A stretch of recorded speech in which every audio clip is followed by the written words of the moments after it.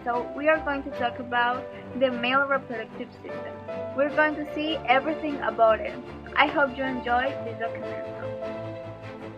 Sexual education is something very important for our lives. So that's why we're making a documental about the male reproductive system. Because we want that the boys, the males that are watching this, have a little bit of more information about the male reproductive system. So I hope you enjoy this and pay attention. Hi, my name is Joaquin Aguilar, and I'm going to talk about the male reproductive system. A little brief explanation. So, the male reproductive system consists of the number of sex organs that play a role in the process of the human reproduction. So, these organs are located on the outside of the body and within the pelvis. So, but why is important? So, we have here an image that we have penis, the testes, and the scrotum. Here in the testes is located the sperms that goes into this line, and then in the sexual event goes into the vagina, and the female reproductive system make the rest. So the men in the sexual event have the sexual determination because the men have two chromosomes, the X chromosome and Y chromosome. So you decide if you want a girl or a boy, but not like that. So also the genetic sex determines whether the gonads will be the testes or the ovaries. But external structures, so at 6 conception, the difference of the external genitalia in the male and female has not taken place at 8 weeks. So what is that? External structure, so at 6 conception, the difference of the external genitalia in the male and female has not taken place at 8 weeks. So what is that? So testosterone, however, is not the active agent with these organs. Once inside the target cells, like testosterone is converted by means of the enzyme called reducing to DHT. DHT means the androgen effect in these organs. So I think it's very important to know about these sex organs because it is life. So, and also testosterone is made by during the puberty that grow of the body hair, including underarm, abdominal, chest hair, and pubic hair.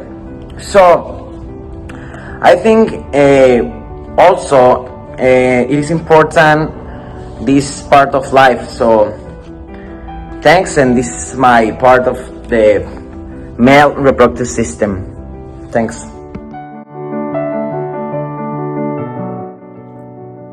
So, my name is Luis Diaz, and I will be talking about the influence of the hypothalamus, the pituitary gland, and the testes in the production and release of reproductive hormones. So, as we know, the hypothalamus is a part of the brain that has a vital role in controlling many bodily functions, including the release of hormones from the pituitary gland.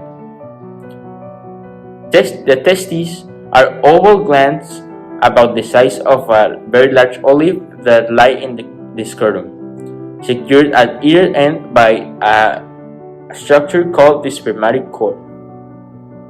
Now, most men have 2 testes. The testes are responsible for making testosterone, which is the primary male sex hormone, and for producing sperm. Testosterone is required for processes that are critical for spermatogenesis, including maintaining the BTB, supporting the completion of meiosis, the adhesion of elongated spermatids to the Sertoli cells, and the release of sperm. Now, the male and female reproductive cycles are controlled by hormones released from the hypothalamus and anterior pituitary gland, as well as hormones from reproductive tissues and organs. The hypothalamus monitors the need for FSH and LH hormones made and released from the anterior pituitary gland. FSH and LH affect reproductive structures to cause the formation of sperms and the preparation of eggs for release and possible fertilization. Now, in the case of the male, FSH and LH simulate Sertoli cells and interstitial cells of Leydig in the testes to facilitate sperm production. The Leydig cells then produce testosterone, which is also responsible for the secondary sexual characteristics of males. Finally, in both males and females, FSH and LH secretion is regulated by a balance of positive and negative feedback mechanisms involving the hypothalamic pituitary axis, the reproductive organs, and the pituitary and sex steroid hormones. Well, now I will talk about the spermatogenesis and the part that sperm takes for each maturation. And the first thing that we need to know to explain this topic is what is the spermatogenesis? Well, it is called the spermatogenesis, each process of generation or production of spermatozoa, which take place inside the male sex glands. And as all of us know, the male sex glands are the testes.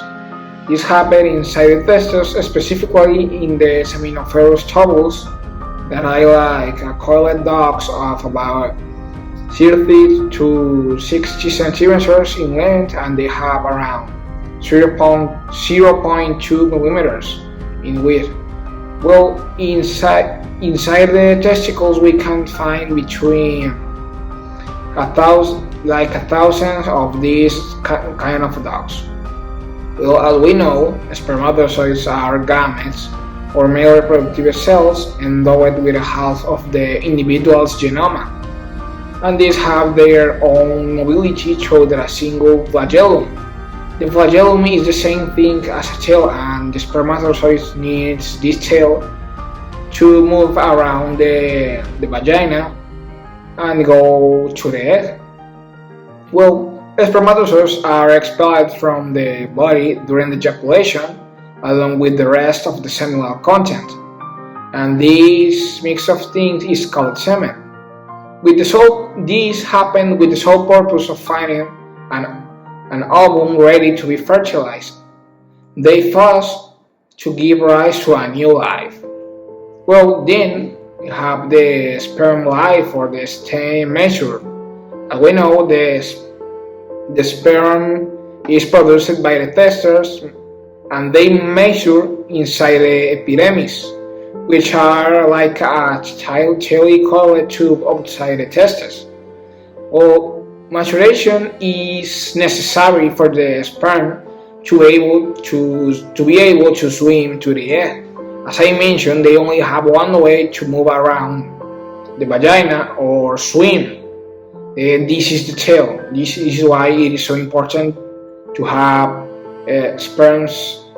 mature sperms. Well, when the sperm leave the epidermis, of course this only happens when the sperms are mature. They enter in a vas deferens where they are stored, and each vas deferens passes into abdominal cavity where it curves around the urinary bladder and empties into the ejaculatory duct.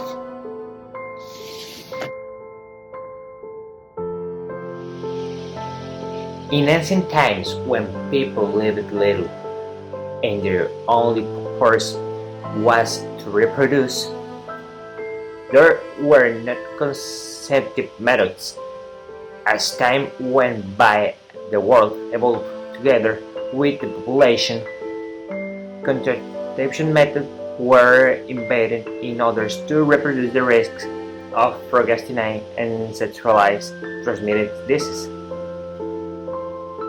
Currently, there is a large market and introduction that are responsible for the development of these products, and today I come to represent the most effective. In fifth place, we have the female condom with an effective of 94%. In fourth place is the male condom with 97% on effectiveness. In third place is concentrated injection with an 98%. And in second place is the IUD with a 99 effectiveness, and finally vasectomy with the 99.99% of effectiveness. It should be noted that the last three positions are the most effective to prevent pregnancy, but have 0% of probability of concentration contracting an STD. Sex is an important part of life, and for many men, thinking about sex starts before puberty, very early, and lasts until their final days on earth. In one hand, sex is just another hormone driving bodily function designed to perpetuate the species. On another hand, it's a pleasurable activity. It's also an activity that can help cement the bonds between two people. Sexual health refers to a state of well-being that lets a man fully participate in and enjoy sexual activity. Optimal male sexual health includes sexual desire and the ability to get and sustain an erection. Although physiology can affect both the desire for sex and the ability to have sex, mental health and emotional factors play important roles. Male sexual health is merely the absence of disease. Erectile dysfunction, or ED, is the inability to get an erection or to maintain it long enough for satisfying sexual activity. Many things can cause ED, including stress, depression, relationship issues, abnormally low testosterone, damage from urological surgery, and even cholesterol-clogged arteries. Male sexual health also covers the prevention and treatment of sexually transmitted diseases and the assessment and treatment of male infertility. So, my former advice is for you to work on your depression, on your stress, because that can be causing you an ED, erectile dysfunction. But you have also to stop smoking, okay? The cigarettes cause you erectile dysfunction, so don't smoke. Alcohol, don't drink alcohol, because that is bad, okay? Your hygiene has to be good. You have to wash your penis like daily. You have to take care of your penis, because if you don't take care of your penis, you are going to get an infection. And well, take it from me, I'm a sexologist, so yeah, I see a lot of cases every day. Please remember, use a condom every time, because you don't know who is going to have an infection, and it can be mortal sometimes.